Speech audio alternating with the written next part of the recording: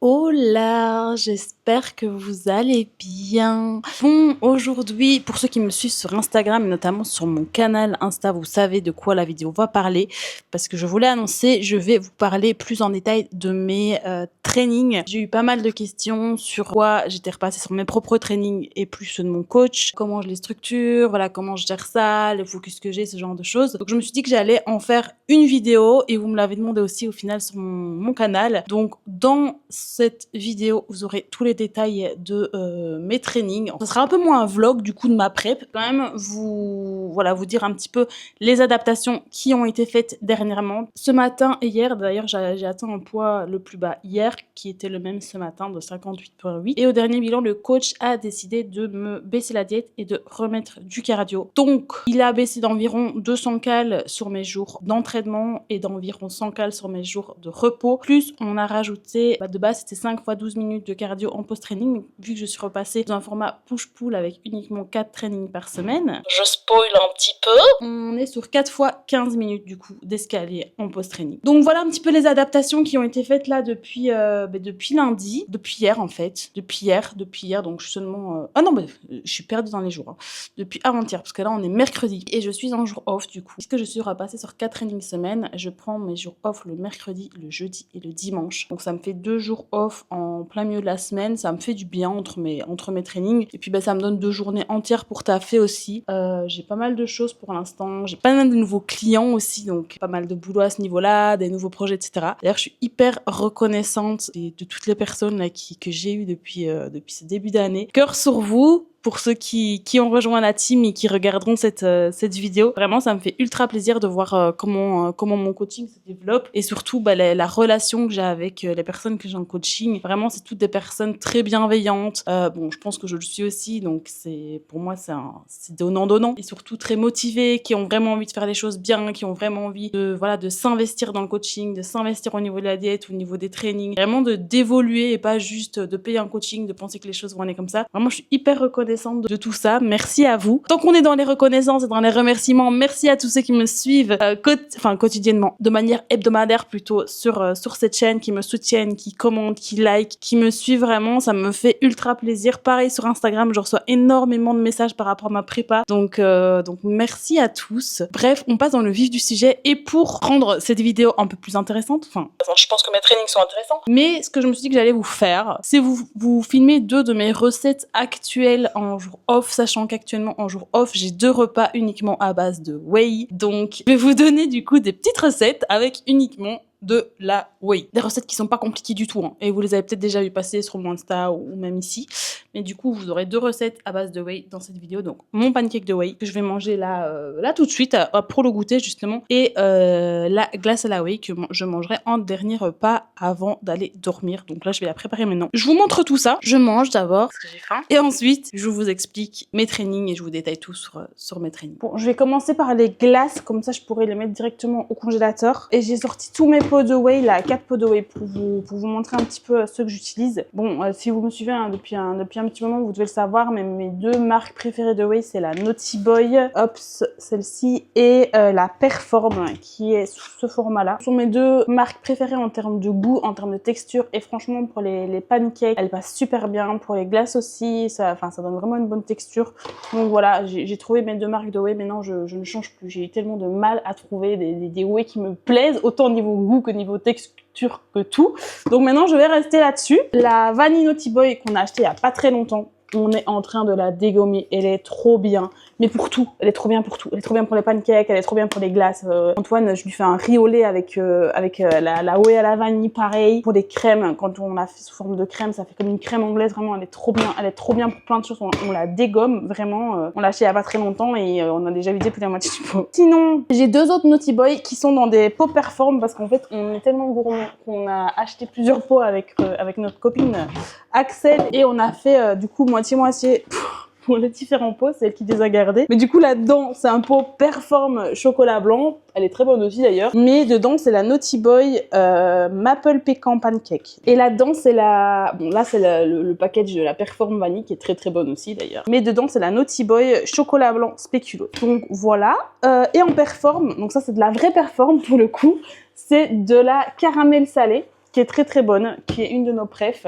Du coup, qu'est-ce que je vais faire pour Antoine, pour sa glace de ce soir? Je vais lui faire la même qu'hier parce qu'il a bien kiffé. Je mets environ 300 ml de liquide. Donc je mets 100 ml de lait d'amande non sucré. Comme ça, on n'a presque pas de calories en plus au niveau du lait d'amande. Parce que le lait d'amande non sucré au 100 ml, c'est très peu calorique. Certains sont à 13 cal. Là, il est à 15 cal. Je vais rajouter 200 ml d'eau. Ensuite, lui, il a 70 g de whey. Il a 70 g de whey, mais je lui fais 2 desserts le soir. C'est pour son dessert du soir, ça. Il a de la chance, du coup. Copine parfaite. Je lui fais 2 desserts, donc je lui mets 30 g dans sa glace et je garde 40 g pour lui faire un pancake de whey. Donc là, je lui mets 30 g de whey dedans. Et je lui mets, donc c'est la Whey Naughty Boy vanille. Et hier, je lui ai fait avec de la... Ah non, il m'a demandé avec du boléro miel. J'avais oublié. Hier, je lui ai fait avec du boléro cannelle. Il a adoré. Mais il m'a dit demain, teste avec du boléro miel. Donc, je vais lui mettre du boléro miel. Hop, ça, là, le petit boléro miel. Pépite. J'en ai mis un peu beaucoup. Et j'allais oublier, je mets de la gomme de goire. En fait, je sais pas si c'est de la gomme de goire qu'il faut mettre parce que j'ai vu des nanas qui mettaient de la gomme de xanthane. Moi, j'ai de la gomme de goire et je mets ça depuis le début. Après, moi, quand je la mixe, ça fait une bonne texture du coup. Et quand je la mixe plusieurs fois, ça fait même vraiment type glace à l'italienne. Donc, je pense que c'est pas mal en vrai. Mais bref, moi, je mets de la gomme de goire. Je sais pas si ça fait gonfler. Je sais pas. Mais en tout cas, ça fait une bonne texture. Donc, bah, je continue. Mais du coup, c'est rikiki. Et j'en mets une petite, hop. Ensuite, on mélange, évidemment.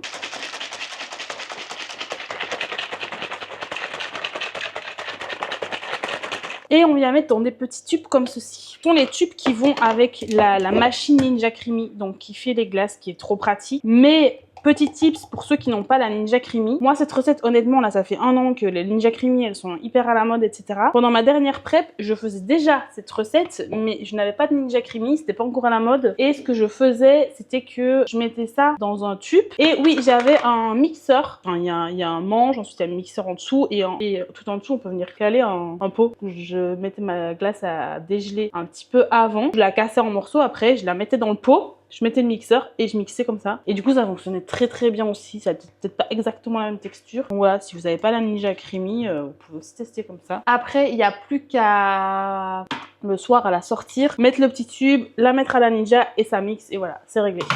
Glace à la whey, presque pas de calories parce qu'il y a presque que les calories de la whey. Tout petit peu d'huile d'amande non sucrée, mais presque rien. Donc bah voilà. Et quand on mixe, le pot est rempli. Donc ça fait un max de volume. C'est incroyable. Et en vrai, je vais me faire la même chose.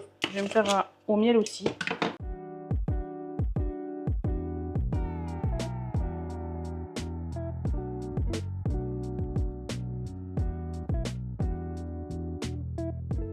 Et voilà, le tour est joué. Hâte de manger ma glace pour ce soir. On passe au pancake de whey. Ça, c'est une autre paire de manches. Je rigole, c'est hyper simple aussi. Il n'y a rien de plus simple. Alors, là, par contre, je vais prendre la pancake sirop d'érable de chez Naughty Boy. Hop, je mets ma whey dedans. Ici, j'ai 40 g de whey. Ensuite, de la poudre à lever. J'en mets un petit peu. Et puis, on va venir mettre de l'eau. En fonction de la whey que vous avez, ça va dépendre. Pour certaines whey qui sont moins épaisses, par exemple, si vous mettez 40 g de whey, il faudra mettre 40 g d'eau. Après, la Naughty Boy et la Perform, honnêtement, elles sont assez épaisses. Pour la Naughty Boy, là, pour 40 g de whey, je pense que je vais mettre plus ou moins 5 g d'eau. Après, je réajuste toujours en fonction de comment je trouve le truc. Pour la Perform, je suis entre 80 et 100. J'ai mon eau, mon petit fouet. On va commencer par 100 g et on va voir si je dois en rajouter ou pas. Bah, j'en ai déjà mis 113 g. Ouais, je suis pas très douée comme meuf.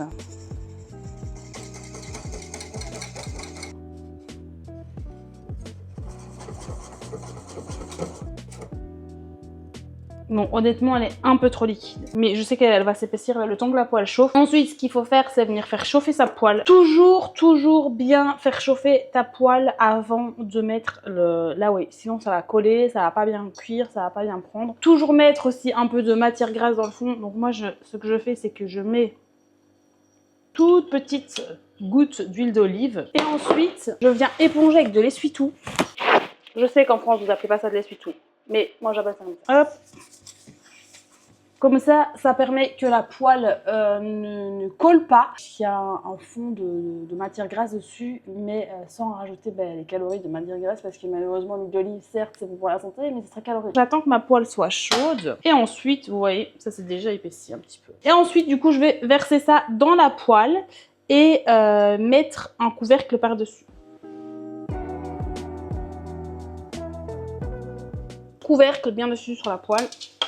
Alors moi, ce que j'aime bien rajouter, c'est de la stevia et de la cannelle par-dessus. Je crois que je me suis mis tout dans les cheveux. Donc, une fois que c'est cuit, je vais retourner le pancake, mettre de la stevia, de la cannelle dessus, remettre le couvercle. Et du coup, ça va me faire un genre de caramélisé avec la cannelle par-dessus. Et voilà, c'est terminé. Du coup, je sais pas si vous voyez, je pense pas que vous verrez. Mais j'ai mis de la stevia, c'est le truc qui est un peu noir dessus, qui est un peu caramélisé, avec dans la cannelle pendant la cuisson. Maintenant, il me reste mon beurre d'amande dessus, ou beurre de cacahuète. Et je vais mettre le beurre de cacahuète que j'ai acheté chez Elsie, je sais plus la marque. C'est Coro, je crois. Je crois que c'est la marque Coro. Il y a une petite touche de sel dedans. J'adore. Celui-là, là. J'ai l'eau à la bouche rien que de le voir.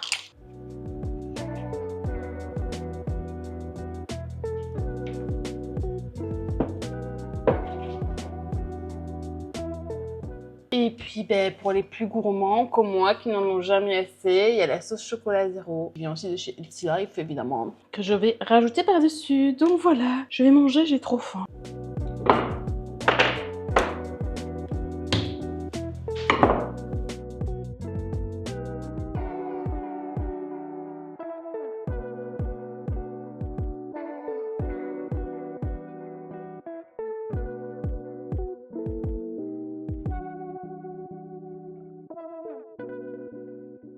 Ok, bon, j'ai mangé. Je me suis fait une tisane bien chaude. Je suis de meilleure humeur et je peux vous expliquer tout ça. Vous ne m'en voudrez pas, mais je fais mes steps en même temps parce que je suis en jour de repos. Je me suis pas beaucoup avancée sur mes steps. J'irai marcher dehors après parce qu'il fait super beau aujourd'hui. Grand soleil, ça fait du bien au moral. Et du coup, je vais en profiter et aller marcher un petit peu dehors et faire une course en ville en même temps. Juste après, vous avoir expliqué un petit peu mes entraînements. Donc, déjà, pour vous expliquer un petit peu le contexte, quand j'ai décidé de prendre mon coach, je me suis dit, je mets des œillères, je fais ces trainings, je me pose pas de questions, sachant que je sais ce que j'aime niveau training. Enfin, voilà, je suis coach depuis un certain moment, je fais pas mal de prog, etc. Déjà, je sais gérer une prog. Et en plus de ça, je sais aussi ce que j'aime, ce qui fonctionne pour moi, etc. Mais je me suis dit, bon, Noémie, tu prends un coach, mets des œillères, que ce soit au niveau de la diète, des trainings ou tout le reste, tu ne te poses pas de questions et tu fais ce qu'il te demande. En 6 mois, il m'a changé une fois la prog, donc j'ai eu 2 prog différentes. La première s'est très bien passée, même si c'était totalement différent de ce que j'avais l'habitude de faire, j'ai bien aimé. Ensuite, la deuxième, bon, il y a des petites choses qui me plaisaient moins, mais bon, j'ai quand même suivi le plan. Mais surtout certaines choses que j'avais un peu du mal à comprendre par rapport à mes points faibles. Le choix déjà de certains muscles qui sont travaillés dedans, mais aussi la structure des entraînements, etc. Donc là, je savais qu'il allait potentiellement me changer la prog. Je lui ai dit, si tu comptes changer mes trainings, est-ce que t'es ok que je repasse sur mes trainings à moi, sachant que je lui avais déjà montré auparavant comment je travaillais, qu'il avait déjà validé ma façon de fonctionner. Donc il m'a dit oui. Donc là, actuellement, je suis repassée sur 4 entraînements semaine avec un format push-pull, du coup où j'ai des mouvements haut et bas du corps dans chaque training, donc des mouvements de push haut du corps et des mouvements de push bas du corps dans un même training, et des mouvements de pull bas du corps et haut du corps dans un autre même training. En réalité, je fais pas push pull push pull, je fais pull push pull push, mais c'est une question d'organisation en fonction des salles où je vais. Et je commence par un pull où du coup je focus les ischios et le dos, et ensuite un push où je focus les fessiers et les épaules, puis je refais un pull et puis je refais un push. Et je fais lundi training, lundi pull, mardi push, mercredi, jeudi repos, vendredi pull, samedi push, dimanche repos. Pour le volume d'entraînement et le choix du coup des tranches de répétition, des techniques d'intensification et vraiment la structure de l'intérieur des entraînements, par contre, j'ai fait un peu un mélange de ce que j'avais auparavant et de ce que j'avais avec mon nouveau coach, parce qu'il y a certaines choses, le fait d'utiliser justement des techniques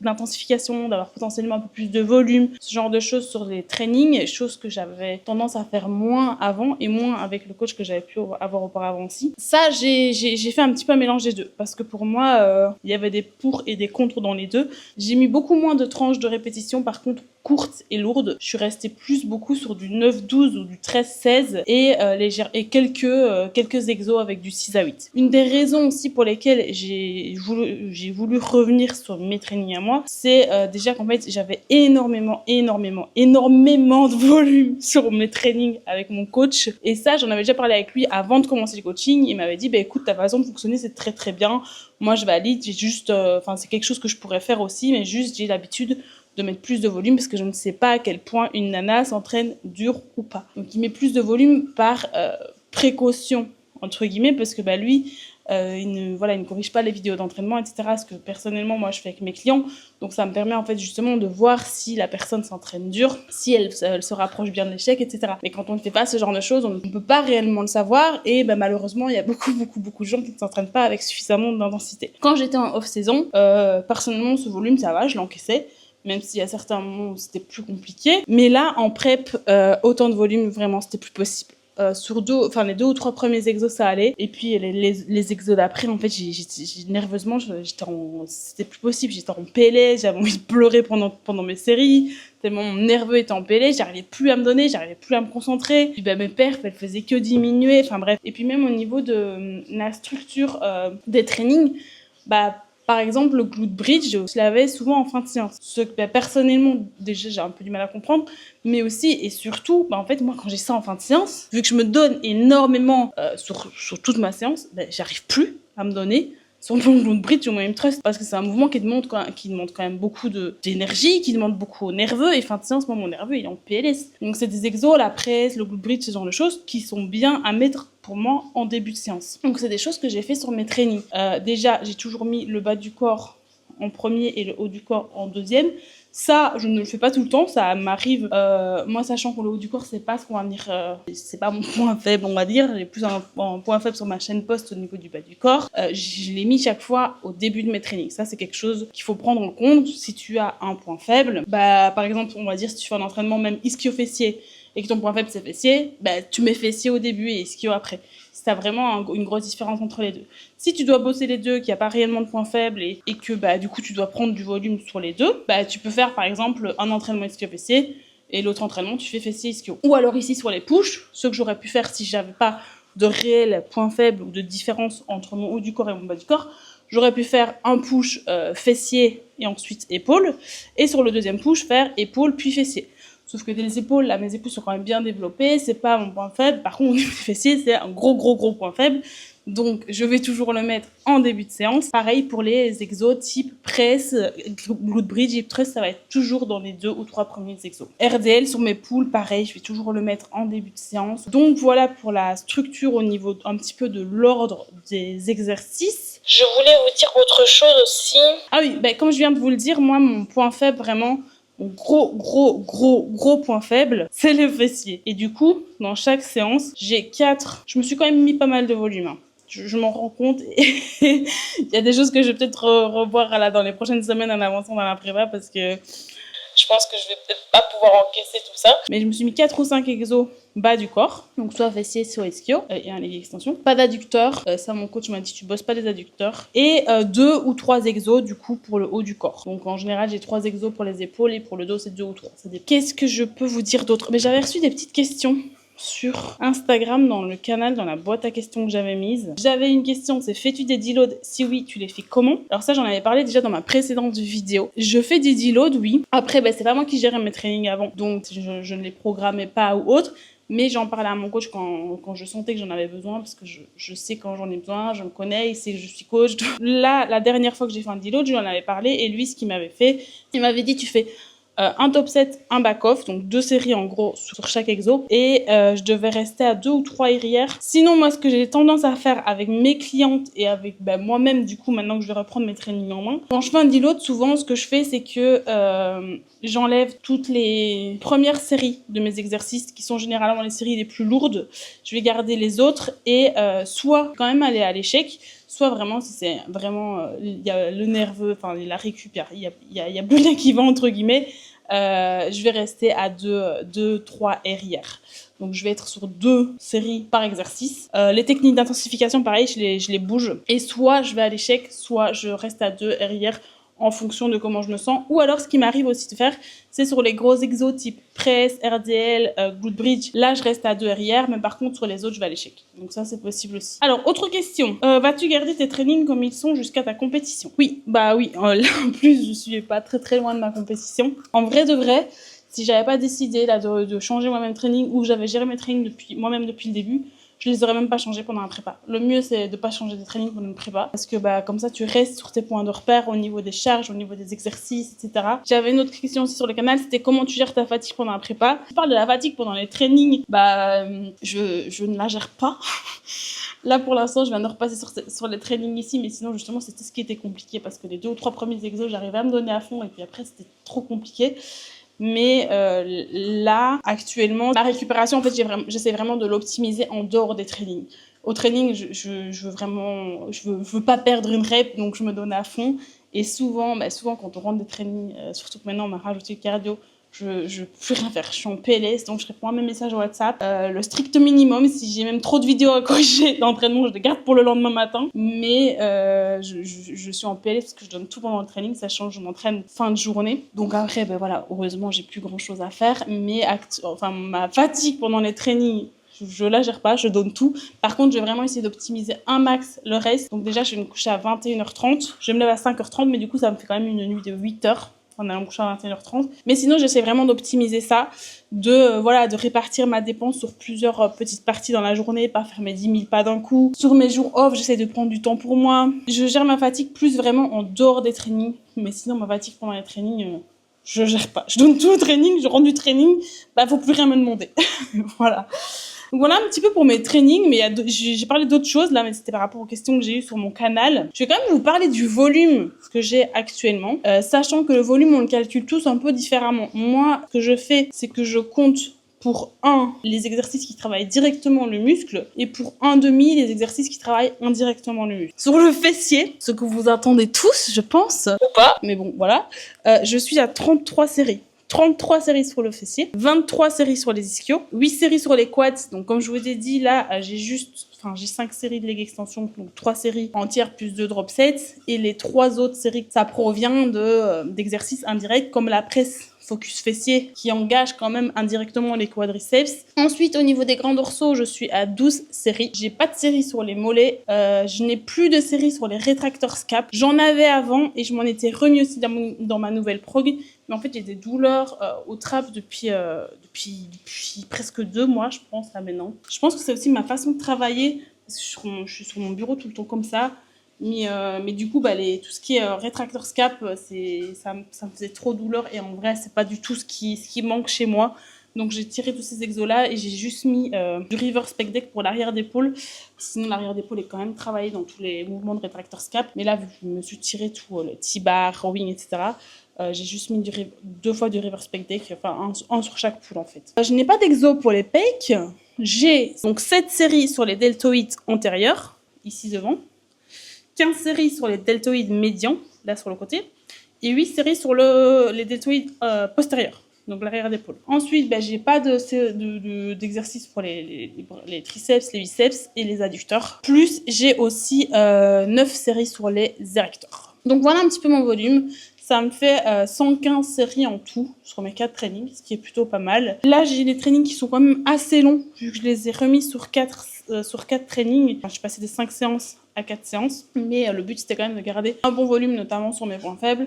Donc là, actuellement, mes séances sont un petit peu longues. Mais comme je l'ai dit, s'il faut, j'adapterai en avançant dans la prépa, en retirant les techniques d'intensification, ce genre de choses, petit à petit, si je vois que ça devient trop compliqué à encaisser au niveau de ma récupération ou au niveau du nerveux pendant les trainings, etc. Si vous avez des questions que je ne vous ai pas précisées ici ou que vous auriez voulu, auxquelles vous auriez voulu que je réponde, n'hésitez pas à me les mettre en commentaire, j'y répondrai. Et sinon, moi là, ce que je vais faire, c'est que je vais aller marcher pour m'avancer dans mes steps, prendre le soleil, profiter du soleil, aller faire une petite course en ville en même temps. Et puis, je terminerai de travailler parce que j'ai fait 2 procs ce matin pour 2 nouvelles clientes. Mais j'ai pas fini encore la vidéo explicative. Je fais toujours une vidéo explicative pour expliquer ce que j'ai mis en place pour elles, comment se passe le suivi, ce que j'attendais, etc. Il y en a une, c'est juste un plan alimentaire. Elle fait du crossfit, juste perte de gras. Et l'autre, par contre, c'est une nana qui veut, sur du plus long terme, faire de la compétition, soit en bikini FBB, soit en fit model, donc la nouvelle catégorie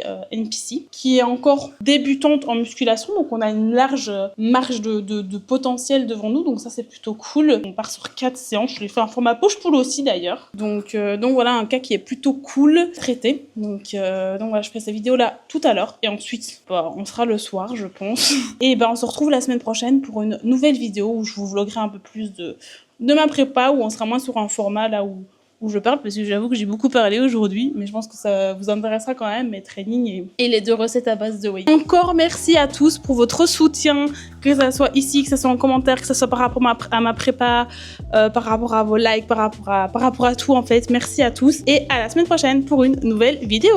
Ciao!